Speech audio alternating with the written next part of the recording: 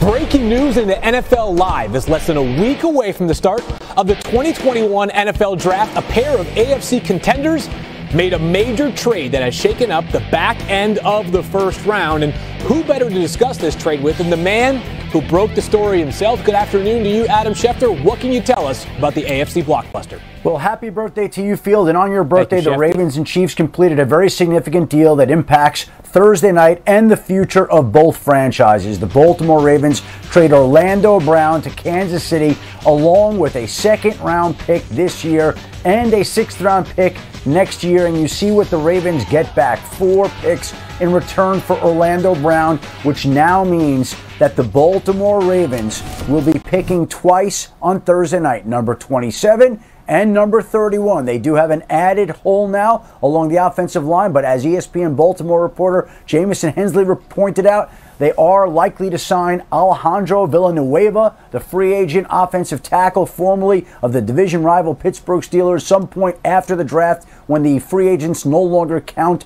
against the compensatory draft pick formula. And so the Ravens come away with the extra picks. They will have a hole to address here. Kansas City shores up its offensive line. You'll remember during the offseason cutting Mitchell Schwartz, cutting Eric Fisher. Moving on, they now have somebody to help protect Patrick Mahomes' blind side in Orlando Brown. The Ravens get the picks, and these two sides have been going back and forth for a couple of days before they finally settled in on the formula that they agreed upon late this afternoon, Field. You don't often see rivals make a trade, Shefty, but that speaks to the motivation from both sides. I know you're going to be back with us in just a little bit, so thanks for the insight, and we'll talk to you again soon. Thank you. And thanks for making all of us a part of your Friday on NFL Live. As again, I mentioned, we're now just a week away, less than that actually, from the 2021 NFL Draft, and I'm joined by Mina Kimes and Damian Woody and Matt Miller. I'm Field Yates, in case you're wondering. We got the latest and everything you need to know about the countdown to Cleveland, but first, there was a huge trade, so Mina, you get first dibs here. What was your reaction when you saw this legitimate blockbuster between two teams competing for the AFC Championship next year? I was surprised because they're competitors, as you said. We'll get to that from Baltimore's perspective. From Kansas City's perspective, obviously this was an area of need for them. I like it as a football move. I mean, a couple of months ago, we were all panicking about this Chiefs offensive line after the Super Bowl and after they cut their tackles. Now we're looking at Orlando Brown Jr., Joe Thuney, Austin Blythe, Duvernay Tardif, and or Kyle Long and Mike Remmers. They're in decent shape. Of course, Orlando Brown Jr. is going from the run-heaviest offense in football to the pass-heaviest, but he did play left tackle for Oklahoma, so he's played in that kind of offense before. This is a great move for him, Field, because he's got a ton of leverage going into, the end of his rookie deal. But Kansas City, look, they're not worried about that in future deals if this means they can go back to the Super Bowl this year. Now, from Baltimore's perspective, it's a nice return given that Orlando was nearing the end of his contract. But like I said, a little surprised they made the trade with a division rival. It did give them more ammunition, but if they end up facing Kansas City in the conference championship, they might have a little bit of regret.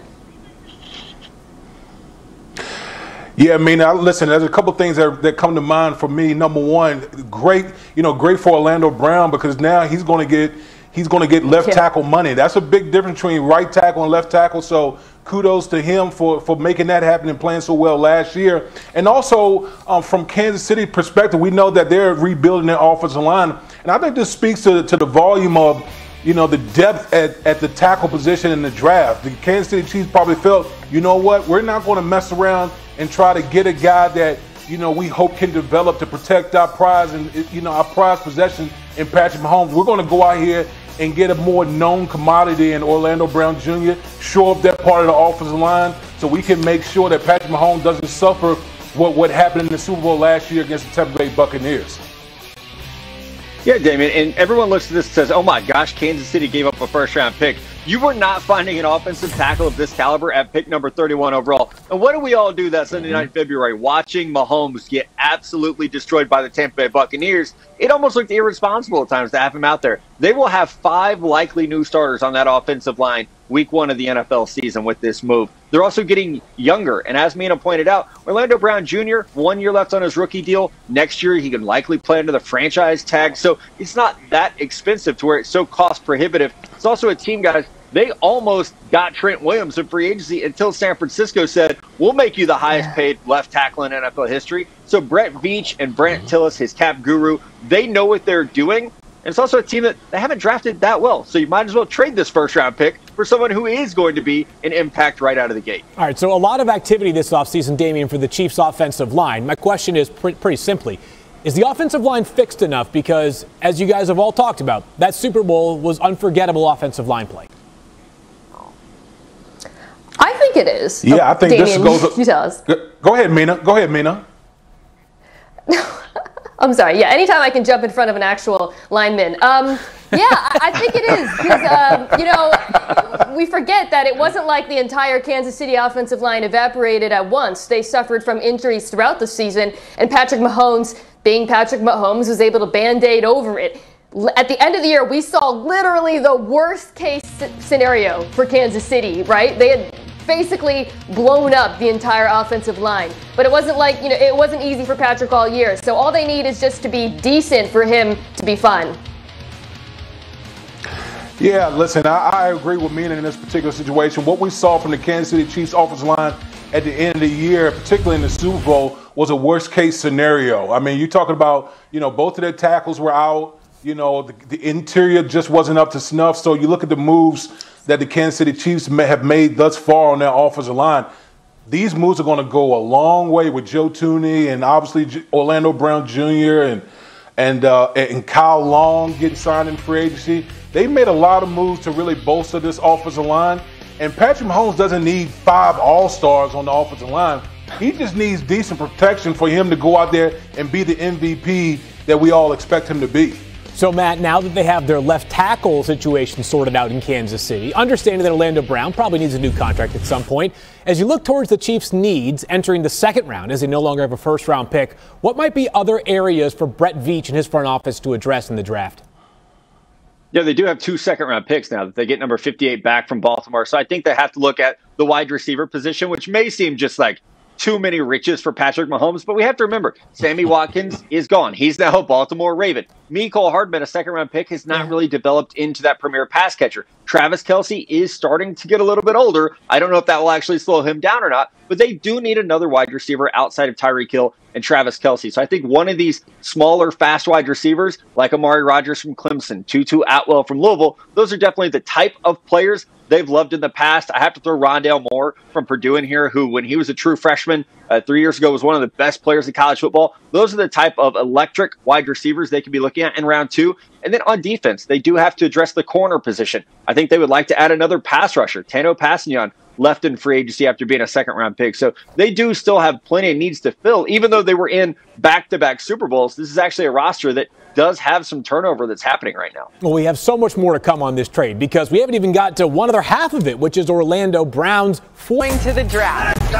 Next Wednesday through Friday, Mina Kimes, Marcus Spears, Ryan Clark, Dan Orlovsky, and I will be together in Cleveland with 2-hour specials on ESPN. In-depth tapes, next-level analysis, and all the latest news from the 2021 NFL Draft. Don't miss it. Well, speaking of Cleveland, the Browns have now become the first team to exercise a 5th-year option on a 2018 first-round pick, picking up Baker Mayfield's 2022 option worth $18.86 million, fully guaranteed. That according to ESPN's Jake Trotter. GM Andrew Berry weighed in on Mayfield during his pre-draft press conference earlier today.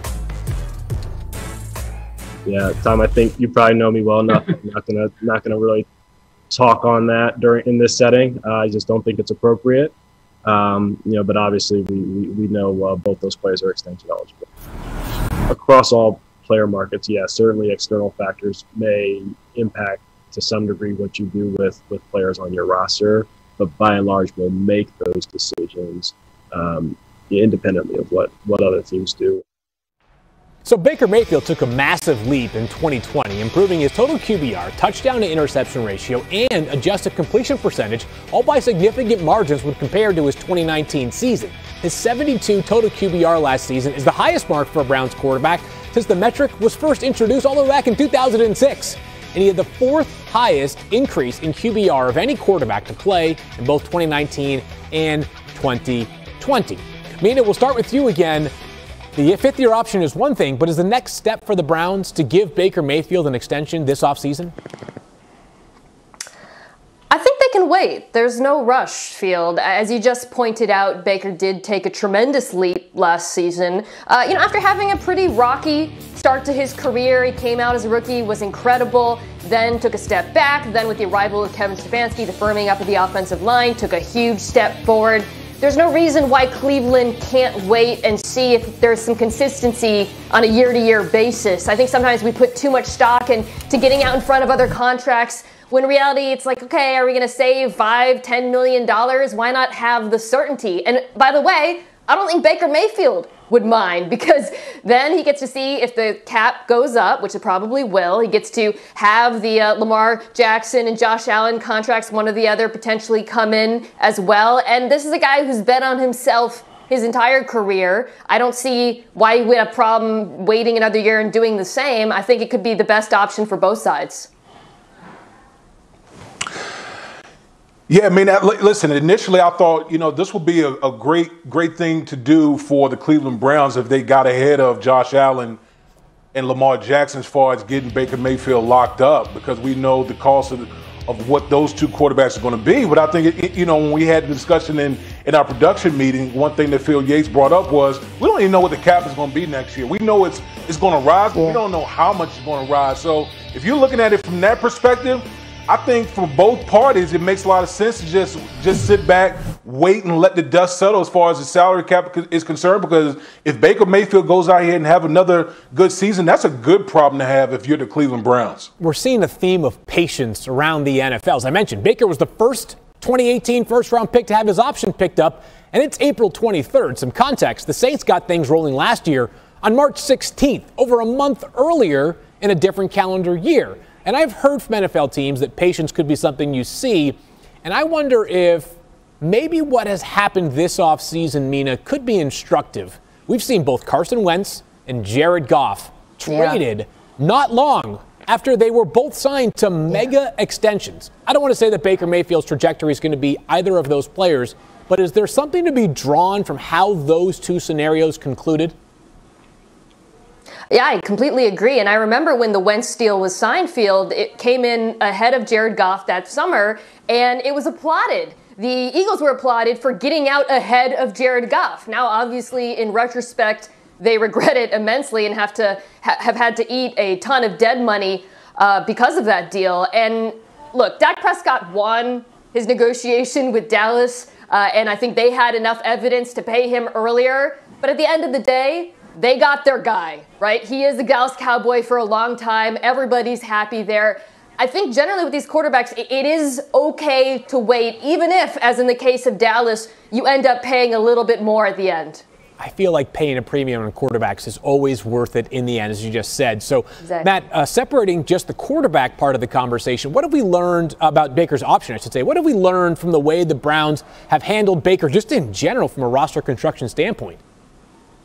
Yeah, guys, I feel like the Browns, and I can't believe I'm saying this, are the blueprint right now for how you handle a quarterback, especially one who maybe struggled in his sophomore year. They went and hired a head coach who runs a perfect offense for Baker Mayfield. And we saw him do it with a similar quarterback in Kirk Cousins with the Minnesota Vikings. They drafted Jedrick Wills. They signed Jack Conklin and Austin Hooper. They really built a team around Baker Mayfield that could support him. So I think one thing that we didn't see the New York Jets do, and I understand they want to get Zach Wilson in there, we didn't see them really try to build around Sam Darnold. We saw the Denver Broncos last year try to build around Drew Lock. We'll see where that goes this coming season. But I think the Browns right now are really a great blueprint, Damian, for go get an offensive-minded coach who can run a system that fits this quarterback that you invested a first-round pick in 2 years ago. And, as I know you will appreciate, give him an offensive line that can just protect him for 4 seconds so he can make some things happen.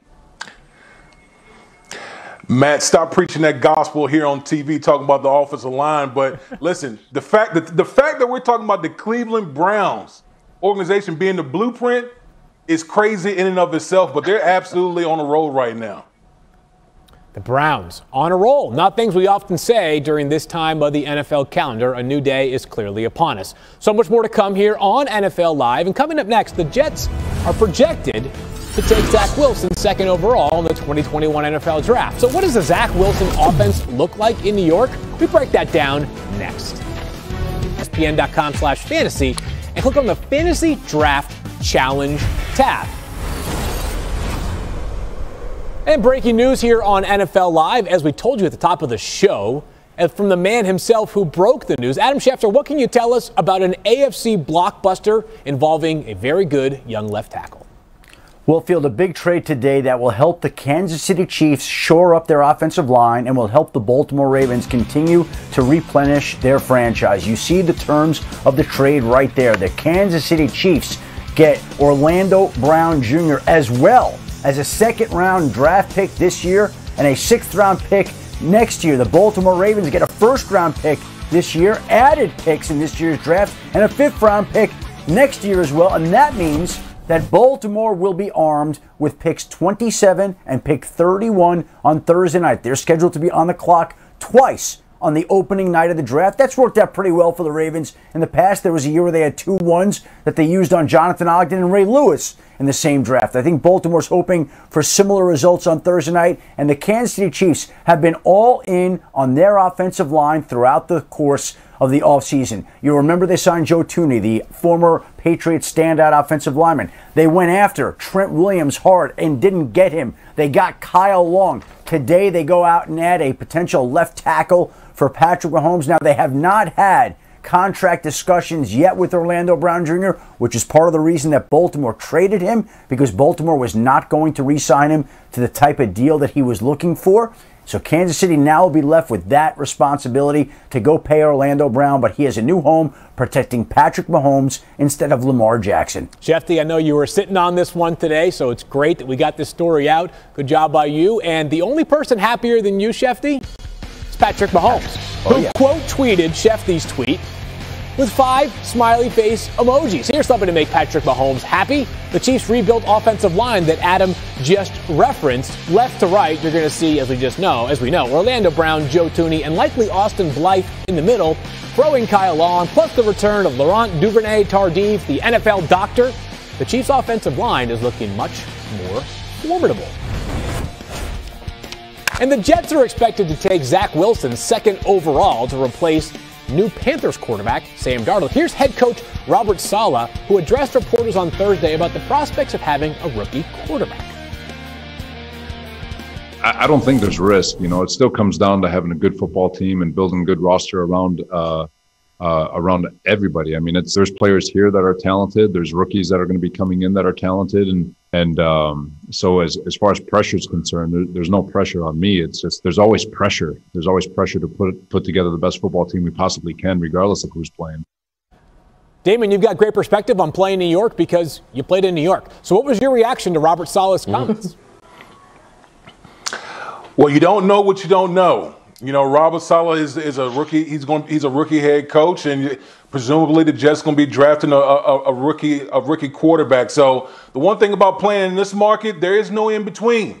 It's either, you know, the extreme highs or the extreme lows. You know, I've been a part of situations where we won an important game and it felt like you won a Super Bowl.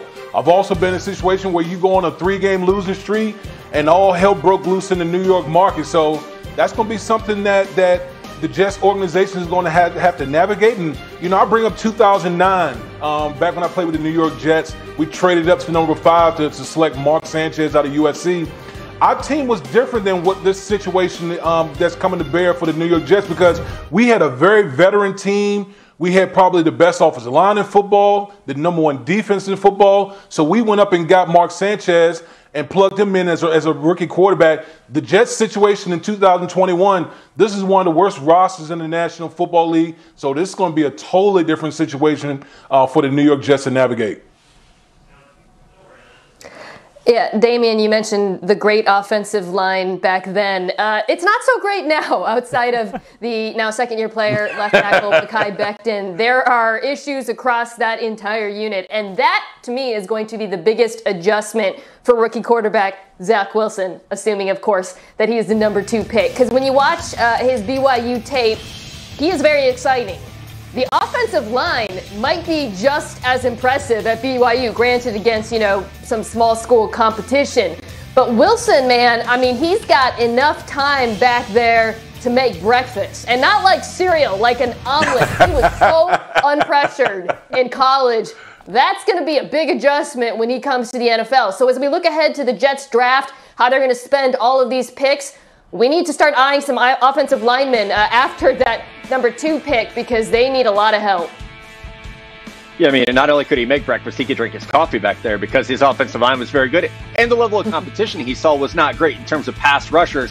Coastal Carolina, the only school he played that has a draftable defensive lineman in the 2021 draft class. So it will be very different going against Brian Flores, Bill Belichick, guys, Sean McDermott, guys who really know how to get after the quarterback. So I think, yes, the offensive line is an area they should address with pick number 23, whether that's an offensive tackle like Christian Darrisaw from Virginia Tech, who could play on the right side. Unfortunately, the interior draft is not that great this year. Elijah Vera Tucker, who played left tackle at USC last year, but is more comfortable and more of a projection inside at guard, could be available for them. But to your point, Mina, they could come out of this draft with 2 offensive linemen early with their 10 picks, and I don't think fans could be that upset. The only downside is they're still rebuilding this defense as well with now a defensive-minded head coach in Robert Saleh. They have to find another corner, another edge rusher. They have to fill out a lot of areas on this team. As Damian said, this is not a good roster. There's a reason most of us thought they would have the number 1 pick in this draft when the season started last year. I'll be interested to see if Joe Douglas addresses the offensive line passionately because a lot of the names that we showed you on that depth chart were players he acquired this past offseason, as in 2020. Connor McGovern, Alex Lewis retained on a 3-year deal amongst them. I think it's always good, though, if you're a general manager to understand that those are some costs. If you can upgrade with draft picks, go ahead and do it. Your quarterback certainly needs it. Ahead on NFL Live, picks 7 through 9 could be really interesting. And how will they shake out in a quarterback search? Why someone here thinks this is the most intriguing spot in the draft. Are back. That's right. We're less than 6 days away from the NFL draft, and Adam Schefter reported earlier today that Roger Goodell is fully vaccinated and will be allowed to hug players on draft night just 6 nights from right now. And this will be the scene, as you're seeing in Cleveland. They're building the stage as we speak. That view you see right there, that's the actual stage where players will be greeting and hugging, if they so choose, Roger Goodell. Perhaps a chest bump, perhaps a dap, perhaps a pre-coordinated handshake. I'm in for all of it. Bring your best, NFL players. We didn't get it last year. We want to have it this year. All righty, time now for a little bit of reading and reacting, and the Lions have turned over a new leaf this offseason, and their first pick is currently scheduled for 7th overall in round 1. With a thin wide receiver group, a pass catcher could be a useful addition, but don't listen to me. Here's what GM Brad Holmes had to say during his pre-draft press conference. But at 7, we do have a cluster of players that we're comfortable with picking, but at the same time, we will be very prepared and, also willing to move, in either direction. But, so we're still open in those regards, but there are a cluster of players that we'd be comfortable with. There has been discussions with other teams. I will keep those in-house, but yeah, there has been discussions. All right, Damian, what direction would you turn if you were Brad Holmes? Well, Phil, listen, there's a glaring need for wide receiver with this Detroit Lions roster. They brought over Tyrell Williams and Bashard Perriman, but, those guys aren't number 1 type of receivers. And when you look at this draft, especially in the top half, you got some special talent in Devontae Smith and Jalen Waddle. They'll have an opportunity to get one of those guys at pick number 7. The Panthers now have flexibility on their side after previously acquiring Sam Darnold in a trade, leaving them with plenty of options at pick number 8. Here's new GM Scott Fitterer. Is there one specific quarterback that you feel like fits your team best out of those top 5 guys that everyone's talking about? Yes. Can you share? No. There's actually several of them that we're excited about, just like there's several players, but we're not going to get into exactly who. We're very open to moving back. We're open to picking. It just depends on how the board falls, those first 7 picks in front of us. All right, Matt, this is Scott Fitterer's first time on the clock as a GM. Any advice for him? Yeah, look at what you guys didn't do in Seattle. Build an offensive line. It is very, very simple. We're going to say this a lot today. build the offensive line. You're going to have a young quarterback there in Sam Darnold. This is what they did not do for him in New York. Whether it's Penei Sewell from Oregon, Rashawn Slater from Northwestern, one of those players will be there at number 8 overall. All right, and right after the Panthers at number 8 is the Broncos at pick number 9. Another first-time GM making his draft debut. That's George Paton, who was hired by Denver this offseason and chimed in during his pre-draft press conference on the team's confidence in incumbent quarterback Drew Lock. Yeah, I don't know about week 1. We're really high on Drew. I like seeing Drew here every morning when I come in. He's working hard. He's trending in the right direction. As you know, he has a lot of talent. I think he's becoming a better pro. But we're going to still look at the quarterback position. You know, I've said since I got here we want to bring in competition, and that's the goal. And we plan on doing that. All right, so the Lions, Panthers, and Broncos, 7, 8, 9, may all decide to stand pat with the quarterbacks they have in place, but should they?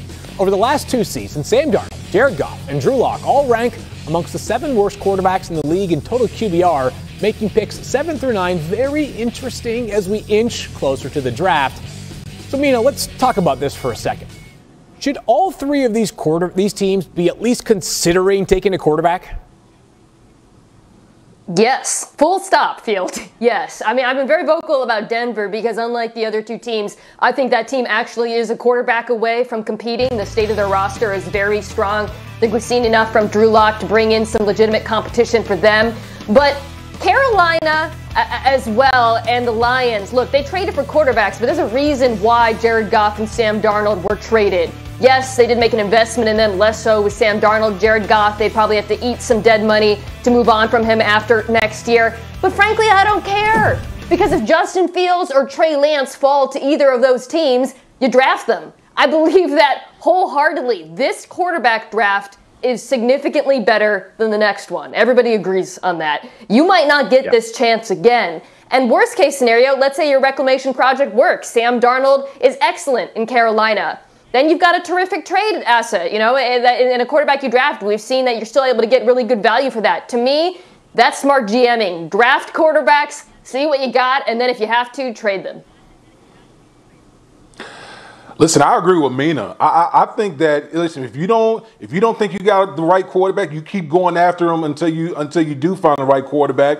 Now, I think with the Detroit Lions and the Carolina Panthers, do I think they'll draft a quarterback? No, but I do think spots 7 through 9 is the most intriguing spots in the draft because I think if one of these quarterbacks, whether it's a Trey Lance or Justin Fields, starts to slide, I think you could see a bunch of teams in the teens or maybe even as far down as 20 try to maneuver their way up into that spot to go get their quarterback of the future.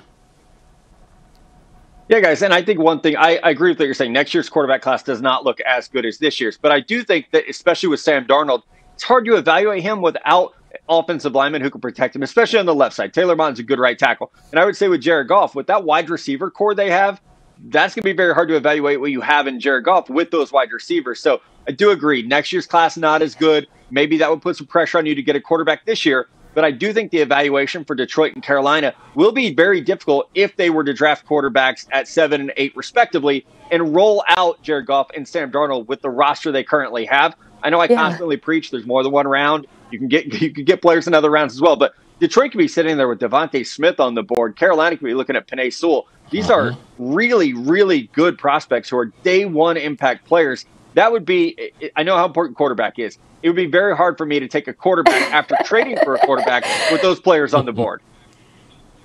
Man, knew I was going to say, yeah, but your quarterback is more important. And I was about to also say this as well, Matt. You know what you got in Jared Goff, man. I mean, he was coming from a dream scenario in Los Angeles. So, like, if I'm the Lions and Fields or Lance are there, you know, I understand why Brad Holmes, who of course comes from the Rams, traded for Jared and that this team is rebuilding. But I just really think you got to take the quarterback when he's available. Yeah, quarterbacks are the most valuable commodity in sports. That much is for sure. But, Matt, if the Broncos don't take a quarterback at pick number 9, where should they be looking? And does that mean they have to find one at some point during the draft later? Yeah, I do think so. And I'm all aboard on Denver trying to move up in this draft, especially if Trey Lance starts to fall. I think he's a perfect fit for what they want to do in Denver. He's great with the run game. He has the arm strength for the elements. He has the athleticism. He has the maturity. And I do think that would be a very interesting situation with him pushing out Drew Lock, and having all the weapons of Cortland Sutton coming back, a good offensive line. If they can't get someone in the first round field, I think it goes to that round 2 discussion. The problem is we're coming on here every day and saying, well, this team can wait till round 2.